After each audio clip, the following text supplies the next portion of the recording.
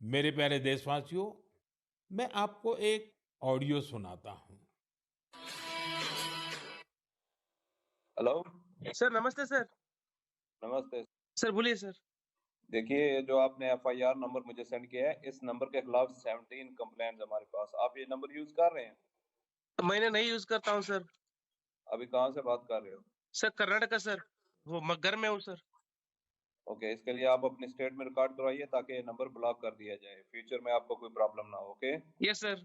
अभी मैं आपको कनेक्ट कर रहा हूँ, ये आपका इन्वेस्टिगेशन ऑफिसर है। आप अपनी स्टेट में रिकॉर्ड करवाइए ताकि ये नंबर ब्लॉक कर दिया जाए। Okay, yes sir, yes sir, yes sir. अब बताइएगा मैं किसके साथ बात कर रहा हूँ। अपना आधार कार्ड मुझे शो कीजिएगा वेरीफाई करने के लिए, बताइएगा।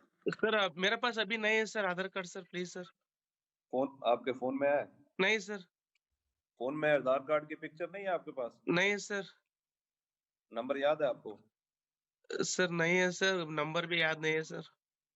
हमने सिर्फ वेरीफाई करना है। ओके, वेरीफाई करने के लिए नहीं सर। आप डरिए ना, डरिए ना। अगर आपने कुछ नहीं किया तो आप डरिए ना। हाँ सर, हाँ सर। अगर आपके पास आधार कार्ड है तो मुझे दिखा दीजिए वेरीफाई करने के नहीं लिए। सर, नहीं सर, मैं गांव को आया था सर, घर में है सर। Okay, coming. जय हिंद। इस व्यक्ति के वन साइड वीडियो का रिकॉर्ड करो as per the protocol. Okay, ये ऑडियो सिर्फ जानकारी के लिए नहीं, ये कोई मनोरंजन वाला ऑडियो नहीं है। एक गहरी चिंता को लेकर के ऑडियो आया है। आपने अभी जो बातचीत सुनी, वो डिजिटल अरेस्ट के फरेब की है। ये बातचीत एक पीड़ित और फ्रॉड करने वाले के बीच हुई है। डिजिटल अरेस्ट के फ्रॉड में फोन करने वाले कभी पुलिस, कभी सीबीआई, कभी नारकोटिक्स, कभी आरबीआई, ऐसे भांति भांति के लेबल लगाकर बनावटी अधिकारी बनकर बात करते हैं और बड़े कॉन्फिडेंस के साथ करते हैं। मुझे मन की बात के बहुत से श्रोताओं ने कहा कि इसकी चर्चा जरूर करनी चाहिए। आइए, मैं आपको बताता हूं ये फ्रॉड करने वाली गैंग काम कैसे करती है, ये खतरनाक खेल क्या है। आपको भी समझना बहुत जरूरी है, औरों को भी समझाना उतना ही आवश्यक है। पहला दाव, आपकी व्यक्तिगत जानकारी, वो सब जुटा करके रखते हैं। आप पिछले महीने गोवा गए थे, है ना? आपकी बेटी दिल्ली में पढ़ती है ना? वे आपके बारे में इतनी जानकारी जुटा कर रखते हैं कि आप दंग रह जाएंगे। दूसरा दाव, भय का माहौल पैदा करो। वर्दी, सरकारी दफ्तर का सेटअप, कानूनी धाराएं, वो आपको इतना डरा देंगे, फोन पर बातों बातों में आप सोच भी नहीं पाएंगे। और फिर उनका तीसरा दाव शुरू होता है। तीसरा दाव, समय का दबाव। अभी फैसला करना होगा, वरना आपको गिरफ्तार करना पड़ेगा। ये लोग पीड़ित पर इतना मनोवैज्ञानिक दबाव बना देते हैं कि वो सहम जाता है। डिजिटल अरेस्ट के शिकार होने वालों में हर वर्ग, हर उम्र के लोग हैं। लोगों ने डर की वजह से अपनी मेहनत से कमाए हुए लाखों रुपए गंवा दिए हैं। कभी भी आपको इस तरह का कोई कॉल आए तो आपको डरना नहीं है। आपको पता होना चाहिए, कोई भी जांच एजेंसी फोन कॉल या वीडियो कॉल पर इस तरह पूछताछ कभी भी नहीं करती। मैं आपको डिजिटल सुरक्षा के 3 चरण बताता हूं। ये 3 चरण है: रुको, सोचो, एक्शन लो। कॉल आते ही रुको, घबराए नहीं, शांत रहे, जल्दबाजी में कोई कदम न उठाएं, किसी को अपनी व्यक्तिगत जानकारी न दें। संभव हो तो स्क्रीनशॉट लें और रिकॉर्डिंग जरूर करें।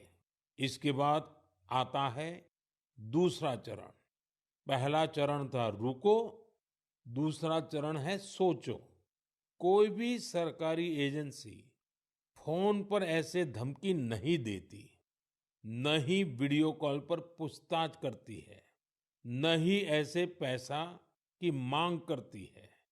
अगर डर लगे तो समझिए कुछ गड़बड़ है। और पहला चरण, दूसरा चरण और अब मैं कहता हूं तीसरा चरण। पहले चरण में मैंने कहा रुको, दूसरे चरण में मैंने कहा सोचो, और तीसरा चरण कहता हूं एक्शन लो।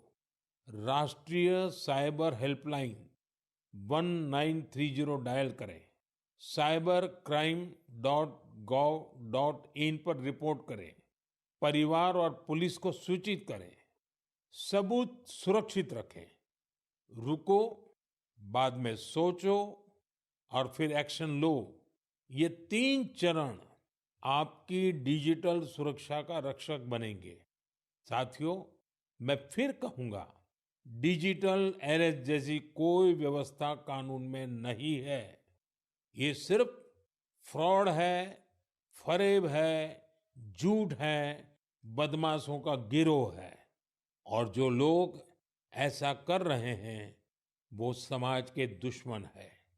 डिजिटल अरेस्ट के नाम पर जो फरेब चल रहा है उससे निपटने के लिए तमाम जांच एजेंसियां राज्य सरकारों के साथ मिलकर काम कर रही है। इन एजेंसियों में तालमेल बनाने के लिए नेशनल साइबर कोऑर्डिनेशन सेंटर की स्थापना की गई है। एजेंसियों की तरफ से ऐसे फ्रॉड करने वाली हजारों वीडियो कॉलिंग आईडी को ब्लॉक किया गया है। लाखों सिम कार्ड, मोबाइल फोन और बैंक अकाउंट्स को भी ब्लॉक किया गया है। एजेंसियां अपना काम कर रही है, लेकिन डिजिटल अरेस्ट के नाम पर हो रहे स्कैम से बचने के लिए बहुत जरूरी है हर किसी की जागरूकता, हर नागरिक की जागरूकता। जो लोग भी इस तरह के साइबर फ्रॉड का शिकार होते हैं, उन्हें ज्यादा से ज्यादा लोगों को इसके बारे में बताना चाहिए।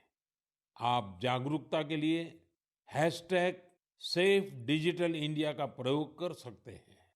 मैं स्कूलों और कॉलेजों को भी कहूंगा कि साइबर स्कैम के खिलाफ मुहिम में छात्रों को भी जोड़ें। समाज में सबके प्रयासों से ही हम इस चुनौती का मुकाबला कर सकते हैं।